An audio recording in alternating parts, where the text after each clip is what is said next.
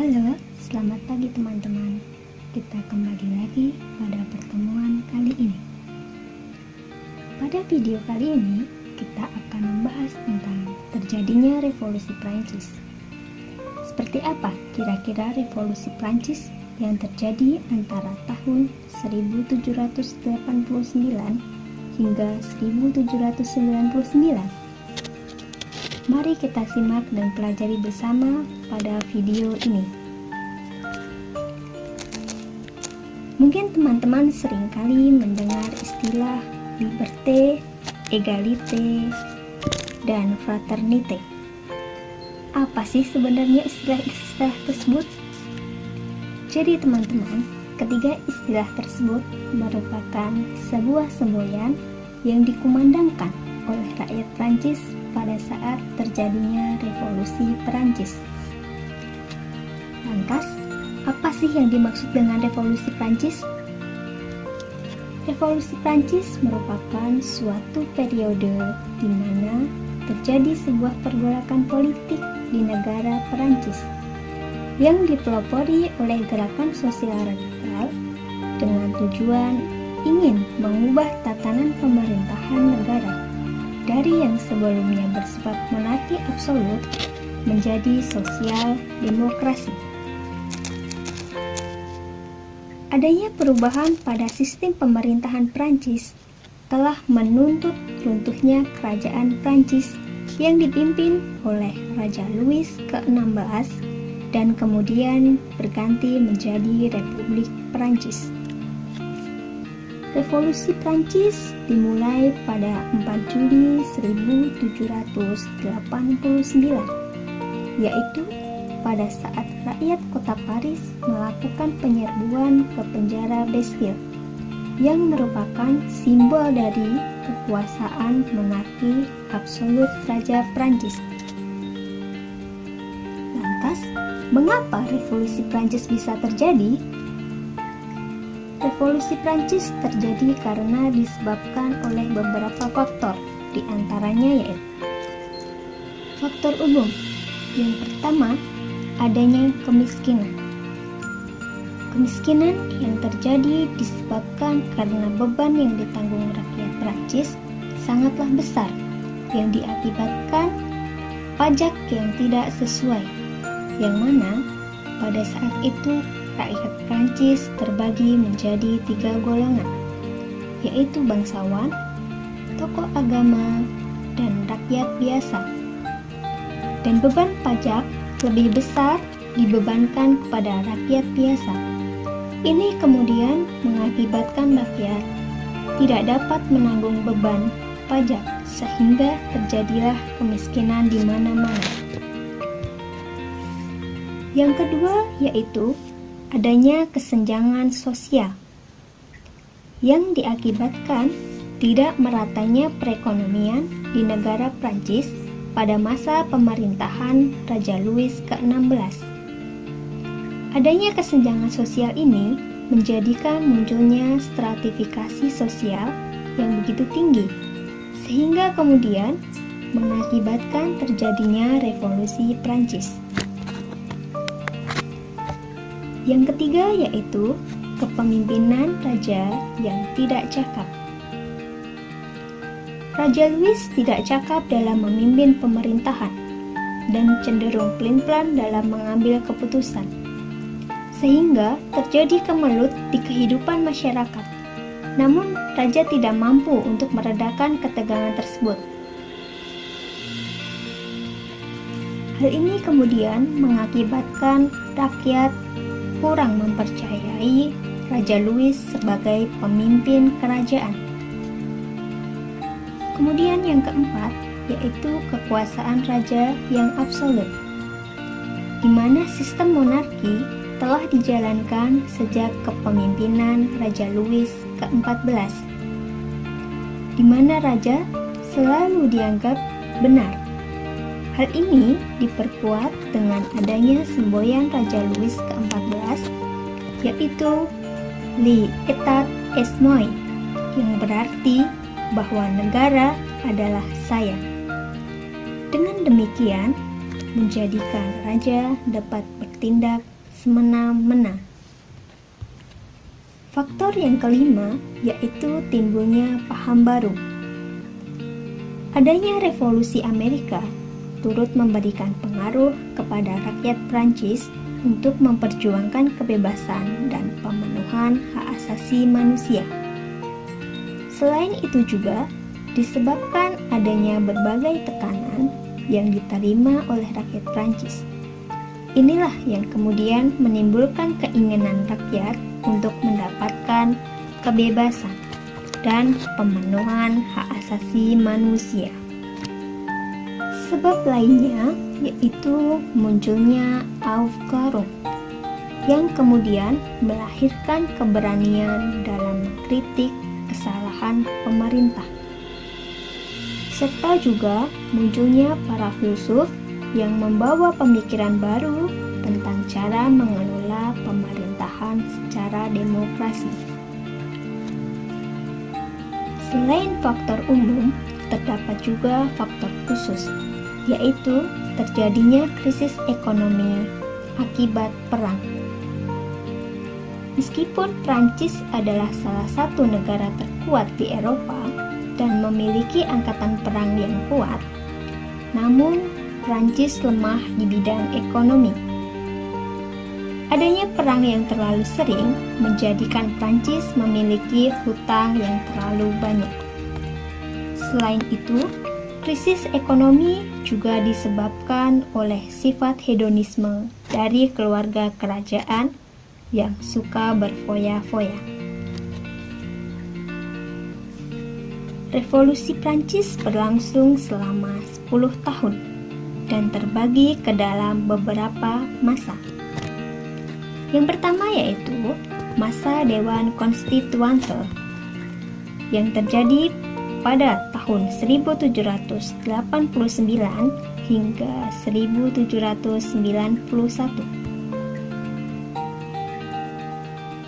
Pada tanggal 14 Juli 1789 dibentuk adanya Dewan Perwakilan Rakyat yang terdiri dari 3 golongan, yaitu bangsawan, tokoh agama, dan rakyat, dengan tujuan untuk mengatasi krisis ekonomi. Namun, tujuan ini gagal dijalankan oleh Dewan Perwakilan Rakyat. Raja Louis tidak mengakui dan bahkan mengancam membubarkan dewan tersebut. Hal ini kemudian membuat rakyat marah, sehingga pada 14 Juli tahun 1789, rakyat melakukan penyerbuan ke penjara Bastille sebagai simbol absolutisme.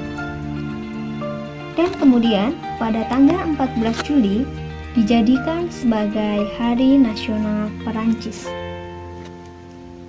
Yang kedua yaitu masa legislatif yang terjadi dari tahun 1791 hingga 1792. Setelah Undang-Undang Prancis disahkan pada tanggal 14 Juli 1790, maka Dewan Konstituante Nasional kembali kepada fungsinya, yaitu sebagai lembaga legislatif. Hal ini menjadikan situasi politik kembali menegang dan kemudian menjadikan Raja Louis XVI khawatir akan keselamatannya, sehingga kemudian ia melarikan diri ke luar negeri. Rakyat yang mengetahui hal itu kemudian sangat marah dan menuduh raja telah melakukan pengkhianatan terhadap negara dan undang-undang dasar.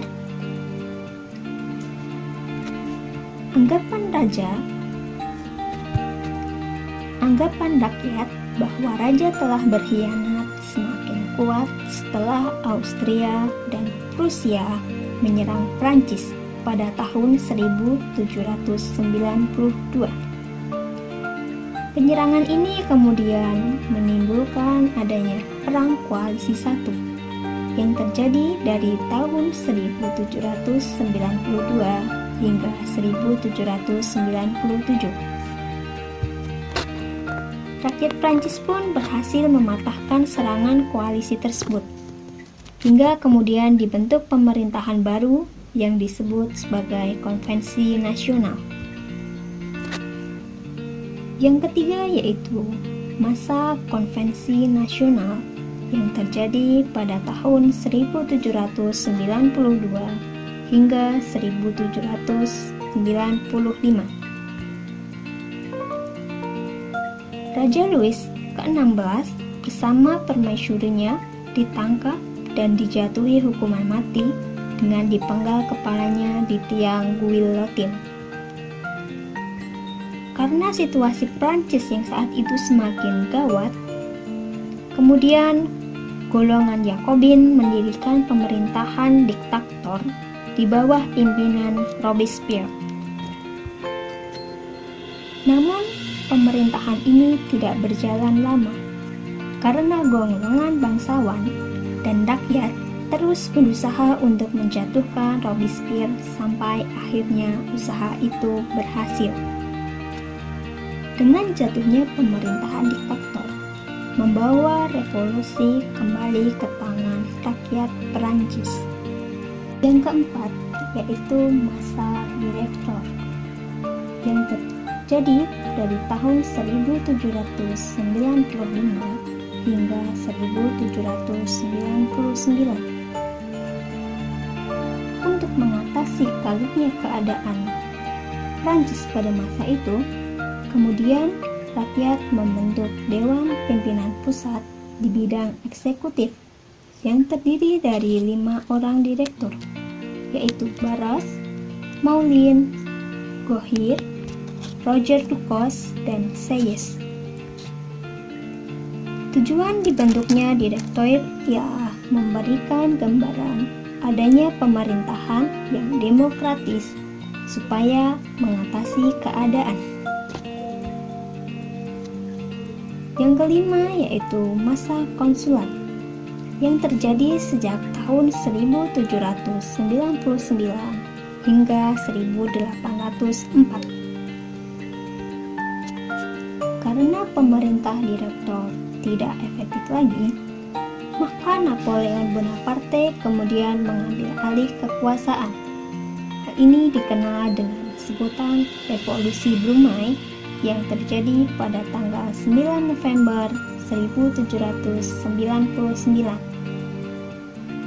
Pada saat itu, Napoleon Bonaparte membentuk pemerintahan konsulat yang terdiri dari 3 orang konsul, yaitu Napoleon Bonaparte, Sieyès, dan Roger Ducos. Kemudian yang keenam, yaitu masa kekaisaran yang terjadi sejak tahun 1804 hingga 1815. Pada masa ini, Napoleon Bonaparte membentuk dinasti baru yang dikenal dengan dinasti Bonaparte. Dinasti ini menganut paham liberal. Napoleon tetap memberikan kebebasan, terutama di bidang keagamaan, pendidikan, perdagangan, dan persamaan hak dalam undang-undang. Namun pada bidang politik, Napoleon berpegang teguh pada prinsip absolutisme yang bersifat turun-temurun. Adanya revolusi Prancis menyebabkan terjadinya perang koalisi, di mana perang koalisi ini terjadi dari tahun 1792 hingga 1815. Kekuasaan Napoleon yang begitu besar di Eropa menjadikan Napoleon harus berhadapan dengan negara-negara Eropa. Dalam masa ini, perang koalisi terjadi sebanyak 6 kali, di mana musuh utamanya ialah Austria, Inggris, Rusia, dan Prusia. Yang pertama yaitu Perang Koalisi 1 yang terjadi dari tahun 1792 hingga 1797. Koalisi ini diikuti oleh negara Austria, Rusia, Inggris, Spanyol, Belanda, dan Sardinia. Namun koalisi ini mampu dikalahkan oleh Napoleon, kecuali bangsa Inggris. Yang kedua yaitu terjadinya Perang Koalisi II yang berlangsung dari tahun 1799 hingga 1802. Pada koalisi ini diikuti oleh negara Austria, Rusia, Inggris, Turki, dan Austria. Pada tahun 1800, Austria, Rusia, dan Turki berhasil dihancurkan oleh Napoleon. Perang ini kemudian diakhiri dengan diciptakannya Perjanjian Amiens pada tahun 1802. Kemudian yang ketiga, Perang Koalisi III yang terjadi pada tahun 1805. Koalisi ini diikuti oleh negara Austria, Rusia, Inggris, dan Swedia, di mana Napoleon memusatkan kekuatan tentaranya di kota Boulogne untuk melakukan penyerangan terhadap Inggris. Pada saat itu, Laksamana Nelson telah gugur dalam pertempuran tersebut. Yang keempat yaitu terjadinya Perang Koalisi IV yang berlangsung sejak tahun 1806 sampai dengan 1807. Perang ini diikuti oleh negara Prusia, Rusia, dan Inggris, di mana pada saat itu Napoleon berhasil melakukan kerjasama dengan Turki untuk memihak Prancis dan menyerang Rusia. Pada tahun 1807, Prusia dihantam habis oleh Napoleon. Setelah Napoleon dapat menghancurkan Rusia, ia kemudian fokus untuk menghancurkan Inggris dengan mulai diberlakukannya Continental Stelsel. Kemudian yang kelima, terjadinya Perang Koalisi V yang terjadi pada tahun 1809. Perang ini diikuti oleh Austria, Inggris, Spanyol, dan Portugal. Dalam perang ini, Austria memodernkan tentaranya dan kemudian menyerang Prancis. Namun pada saat itu Napoleon berhasil menghancurkan pasukan Austria pada pertempuran di Wagram tahun 1809. Kemudian yang keenam yaitu Perang Koalisi VI yang terjadi sejak tahun 1812 hingga 1813. Pada perang ini diikuti oleh negara Rusia, Inggris, Swedia, Austria, Spanyol, dan Prusia. Pada tahun 1812, Napoleon melakukan penyerbuan terhadap negara Rusia. Hal ini dilakukan untuk menghukum Rusia yang telah melanggar Continental Stelsel. Namun pada tahun 1813, Napoleon berhasil dikalahkan dalam pertempuran di Leipzig dan ditangkap untuk kemudian dibuang ke Pulau Elba. Namun pada saat itu, Napoleon berhasil meloloskan diri dan kembali menyatakan dirinya sebagai kaisar selama 100 hari. Hingga pada tanggal 8 Juni 1815 terjadi pertempuran di Waterloo, di mana Napoleon kembali ditangkap dan kemudian diasingkan ke Pulau Helena hingga meninggal pada tanggal 5 Mei 1821. Setelah berakhirnya perang tersebut, bangsa-bangsa Eropa kemudian berkoalisi melawan Prancis dengan mengadakan Kongres Wina pada tahun 1855 dengan tujuan untuk mengembalikan kondisi daratan Eropa ke keadaan sebelum perang dan melakukan penghukuman terhadap negara Prancis. Adanya revolusi Prancis mengakibatkan dampak yang begitu besar baik bagi negara Prancis maupun juga bagi negara Indonesia.